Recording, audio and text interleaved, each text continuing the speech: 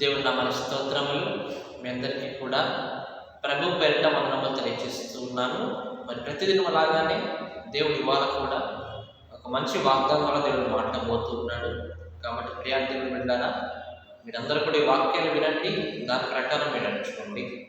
మరి అనేక మంది కూడా మీరు పంపించండి, వాళ్ళు కూడా ఈ యొక్క వాక్యాలు విని దేవుళ్ళు ఎదుగుతూ ఉంటారు. కాబట్టి ఇవాళ దేవుని యొక్క వాగ్దానం మనం చూస్తే యెషయా గ్రంథము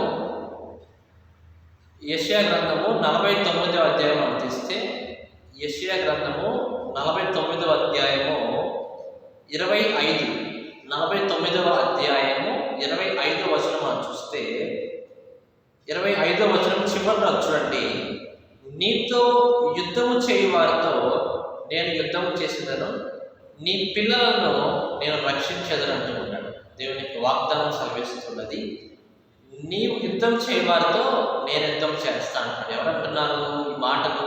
దేవుడు అంటున్నాడు. నిజంగా ఒక రోజు అనేది మొదలవుతుందంటే కనుక మనకి ఎన్ని యుద్ధాలు ఉంటాయో, అది మనుషులతో కావచ్చు, పనిలో కావచ్చు కదండి, ఎక్కడైనా సరే యుద్ధాలు అనేవి కామన్గా ఉంటూ ఉంటాయి, శ్రమలు అనేవి ఉంటూ ఉంటాయి. సాధారణంగా ఇంట్లో ఎన్నో గొడవలు, కొన్ని పోట్లాట్లు అనేవి వస్తూ ఉంటాయి. ఎవరి ద్వారా వస్తూ ఉంటాయి? ఒకటి అత్తగారి వల్ల కానీ, కోడల వల్ల కానీ, ఏమండి సాధారణంగా చిన్న చిన్న మాటలు అనుకొని తిట్టుకుంటూ ఉంటారు కదా. అయితే మానవులు ఆ విధముగా చేయదు, కానీ వారిలో ఉన్నటువంటి దురాత్మ ఆ విధముగా చేస్తుంది. నిజంగా ఒకళ్ళు మనల్ని ఎవరైనా అవమానపరిచారనుకోండి, మనల్ని ఎవరైనా అవమానపరిచారనుకోండి, మనం ఏం చేస్తూ ఉంటాము? తిరిగి వాళ్ళని తిడుతూ ఉంటాం. అది చాలా పెద్ద తప్పు అన్నమాట. మనం తిరిగి వాళ్ళని తిట్టకూడదు. మనం ఎప్పుడైతే వాళ్ళని తిరిగి తిడతామో అటువంటి సమయంలో వాళ్ళు సాతాను ఆత్మ కలిగిన వాళ్ళు కాబట్టి ఇంకా మన యొక్క కోపాన్ని లేపడానికి, మనం ఇంకా తిట్టేలా చేయడానికి వాళ్ళు చేస్తూ ఉంటారు. ఎందుకు? ఒక చిన్న తప్పు చేసామనుకోండి, దేవుడు ఏముందలే అని క్షమిస్తాడు. అదే నువ్వు పద్దాకల వాళ్ళని తిరిగి తిడతా, వాళ్ళు బూతులు తిడతా, ఏమండి పద్దాకల వాళ్ళు అంటామన్నావు అనుకో, దేవుని దగ్గర పాపపు సంఖ్య అనేది పెరుగుతూ వస్తుంది కదా. అందుకని సాతాను ఏం చేస్తూ ఉంటాడు? నువ్వు తిట్టు, ఎంత తిడతావు తిట్టు, నేను ఇంకా నీ కోపం తెప్పిస్తూనే ఉంటాను, ఎంత తిడతావు తిట్టు అంటూ ఉంటాడు.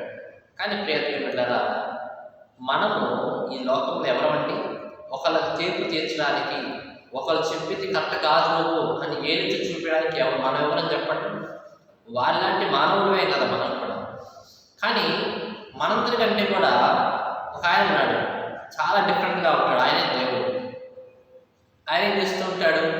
ఇటువంటి వాళ్ళకి తీర్పు తీరుస్తూ ఉంటాడు దేవుడు. కాబట్టి మనం ఏదైనా సరే, ఎటువంటి ఇబ్బంది అయినా, ఎటువంటి శ్రమ అయినా సరే, ఎటువంటి అవమానములైనా సరే, మనం ముందు ఎవరికి అప్పగించాలి? దాన్ని దేవుడికి అప్పగించాలి. ప్రభా, వీళ్ళు ఈ మాటలు అంటూ ఉన్నారు, నేను తప్పు చేయకపోయినా సరే అంటూ ఉన్నారు, ఎన్నో మాటలు అంటూ ఉన్నారు, నేనేం చేయాలి ఆయన?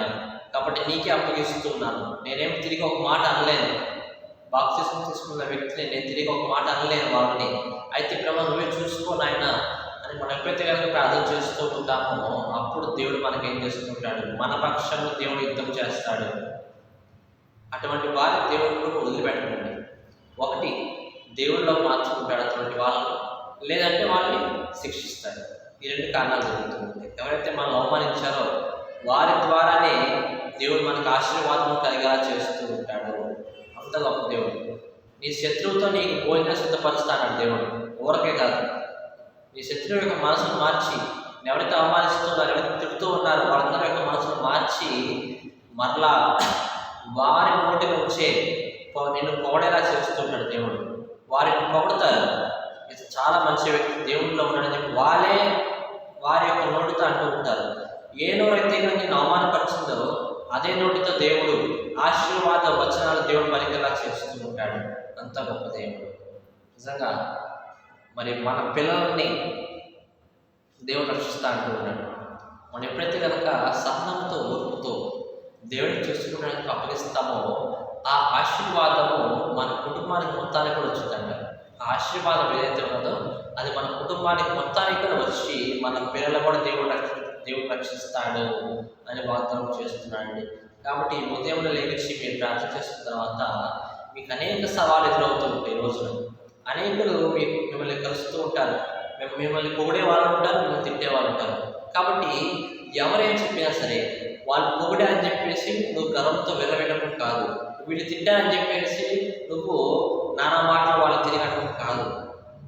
ఆనందమైన, సంతోషమైన అన్నీ కూడా ఎవరిలో ఉండాలి? నీ దేవుళ్ళలోనే ఉండాలి. అంతేగాని మానవుని బట్టి వచ్చినటువంటి ప్రతి ఒక్కటి మనం తీసుకోకూడదు.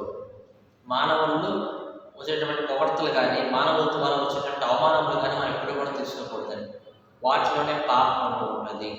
అదే దేవుడి దగ్గర నుంచి వచ్చే హ్యాపీనెస్. దేవుడు మనం పొగిడాడుకుంటే అప్పుడు మనం చాలా గర్వపడాలి, అంతేగాని మనుషులు పొగిలినప్పుడు కాదు.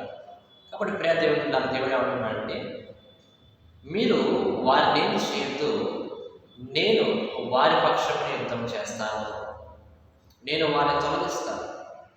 ఎలాగైతే పాత నిబంధనల దేవుడు అనేక రాజుల పట్ల ఉండి, రాజుల యొక్క దేశాల మధ్య ఉండి ఎలాగైతే దేవుడు వారిని వినిపించాడో, అలాగే మనలో కూడా మనతో దేవుడు తోడుగా ఉండి మన పక్షంలో దేవుడు యుద్ధం చేసి మనల్ని ఆయన గెలిపించేవాడుగా ఉంటూ ఉన్నాడు. ప్రియదేవుడు, సాతాను ఆ విధంగా చేస్తున్నాడని చెప్పి నువ్వు గ్రహించి వాటిని